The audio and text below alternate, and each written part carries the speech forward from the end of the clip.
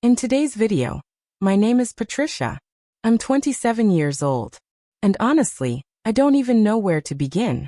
I've deleted this recording 3 times already because even now, it doesn't feel real to say out loud. I'm not doing this for attention. I'm doing this because sometimes when you carry pain too long, it starts to eat away at you. And maybe, just maybe, someone out there needs to hear this too. I've had my heart broken before. 3 times, actually.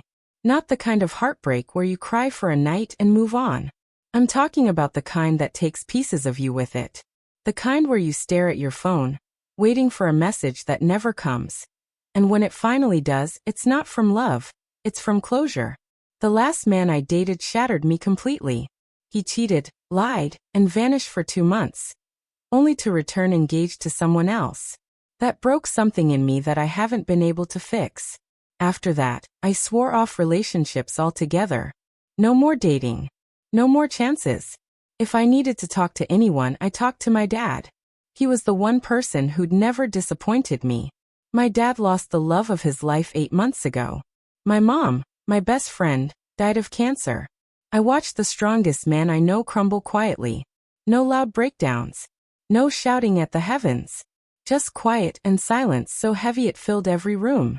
After the funeral, when everyone went home and the food went cold, it was just the 2 of us. Broken in different ways, but trying to keep each other upright. We cooked together, cleaned together, sat in silence together. Sometimes he'd just hold my hand across the table, and we didn't need to say anything. That silence became our language. I moved back in with him because he needed someone. But the truth is, I needed him too. The house didn't feel like home anymore. Her laughter used to echo down the halls. Her perfume lingered in the air. Even the couch seemed colder. Dad would sit by the window for hours, staring outside. Some days he'd whisper to himself, as if he were still talking to her. I tried to keep him busy, made breakfast, turned on the TV, opened the curtains. But nights were different.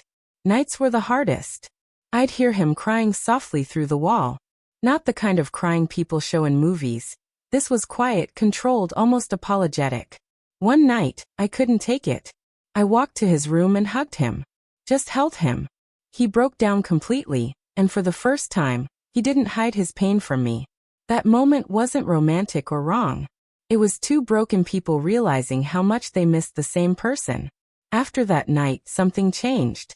Not in a bad way, but in the way we looked out for each other. We started having late-night talks. He told me stories about Mom. How they met, how he proposed, how they fought and forgave. I realized something. I didn't just lose my mother. I lost the version of my father that existed when she was alive. But slowly, I started to see sparks of him returning. He laughed again. He started cooking again. Sometimes he even hummed her favorite song. Grief is strange. It doesn't disappear. It transforms. And if you let it, it can turn into something softer, like gratitude for the love that once existed. It was a Saturday. Rain tapping softly on the windows. We were watching one of Mom's favorite movies. Halfway through, I started crying. He didn't say anything, just reached out and held my hand. And in that moment, I realized that love doesn't vanish when someone dies. It changes shape. We weren't filling the void with something wrong. We were just trying to remember what love felt like. That night, I said something I'd been holding back for months. Dad, I'm scared. I don't know who I am without her. He squeezed my hand and said, then we'll find out together. That conversation changed everything. We started going out more, visiting Mom's favorite cafe, volunteering at the hospital she used to work at. Slowly, life began to breathe again. There were still hard days, anniversaries, her birthday, random songs on the radio. But we faced them together. He stopped sitting in the dark. I stopped pretending I was fine. We built something new out of the pieces she left behind. If you've ever lost someone you love, you know that grief doesn't have a timeline. It doesn't vanish. But it can teach you something beautiful. Love never leaves. It just changes form. So if you're listening right now, and your world feels empty, hold on. Because one day, that emptiness will become peace. And peace, I've learned, is just love that's learned how to live without touch. The next morning, Sunlight spilled through the kitchen window like it hadn't in months. The rain had stopped, but the smell of damp soil lingered. That scent that always reminded me of Mom watering her garden. Dad was already there, sitting at the table with 2 mugs of coffee, one black, one with a swirl of cream. Me. He looked up when I walked in, eyes red but calm. "Did you sleep?" he asked softly. I nodded. "A little." He handed me the mug. "She would have hated that movie choice last night," he said, smiling faintly. I smiled back. For the first time, the silence between us wasn't suffocating. It was peaceful. Grief had changed us, yes. But in that moment, I realized it didn't have to define us. That afternoon, I went outside. The garden had become a jungle of forgotten roots and withered flowers. Mom used to spend hours there, pruning, humming, talking to her roses as if they were old friends. I picked up her old gardening gloves from the porch. The smell of earth and lavender filled my chest, and for a second, I could almost hear her laugh. I knelt in the dirt and started pulling weeds. One by one.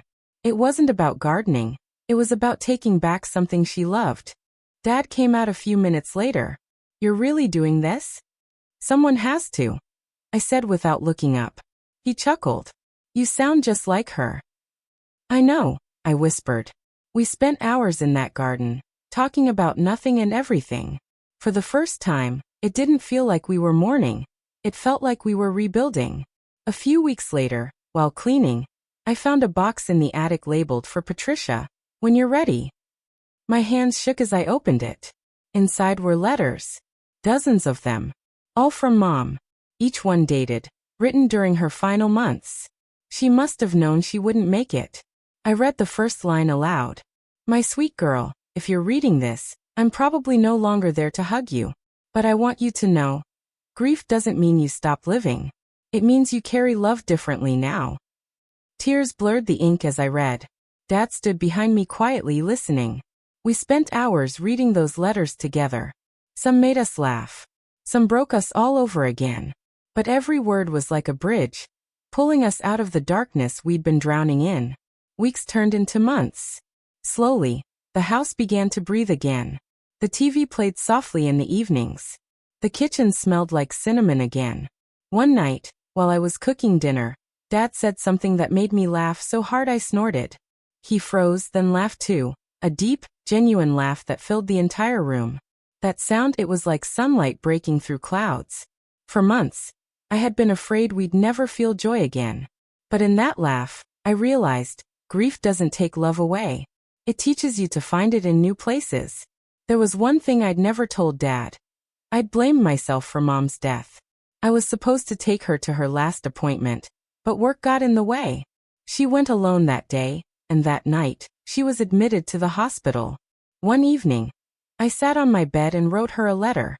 "Mom, I'm sorry for not being there, for missing things that mattered. But I promise, I'm learning." Dad's smiling again. "The house is alive again. Maybe you're proud of us. Maybe you're watching." "I hope so." I folded it carefully and placed it in her old jewelry box. When I told Dad, he didn't scold me. He just said, "Your mom wouldn't want guilt. She'd want you to live." And for the first time, I believed him. That summer, Dad suggested we drive to the lake, the one where he proposed to Mom. We hadn't been there in years. The drive was quiet, filled with memories stitched into every turn of the road. When we arrived, the water shimmered under the sun. Dad walked to the edge and tossed a handful of her favorite flowers into the lake. "She'd like that," I said softly. "She'd probably say we should have brought sandwiches too," he smiled. We sat there for hours, watching the water ripple, letting the wind carry what was left unsaid. And in that silence, I felt her again, not as a ghost but as warmth, as peace. Grief had consumed so much of me that I forgot who I was. So I started doing little things again, painting, journaling, taking walks at sunset. Every time I smiled, I felt like I was giving a piece of her legacy a new home. One night, I told Dad I wanted to move back to my apartment. Not because I didn't love him, but because I was finally ready to live again. He nodded. "That's what she'd want, kiddo." And just like that, I realized something powerful. Letting go isn't betrayal. It's survival. It's been a year now since I started recording this story. The garden outside is full again, blooming alive, radiant. Dad visits every weekend. We cook, we laugh, we tell stories about Mom. Sometimes, the ache still comes late at night, or when I smell her perfume. But it doesn't break me anymore. Because love, when it's real, never dies. It just changes where it lives. So if you've ever lost someone you love, remember this. Healing isn't forgetting. It's learning to remember without breaking. And one day, you'll wake up, and the first thought won't be pain. It'll be gratitude. Gratitude that you got to love that deeply at all.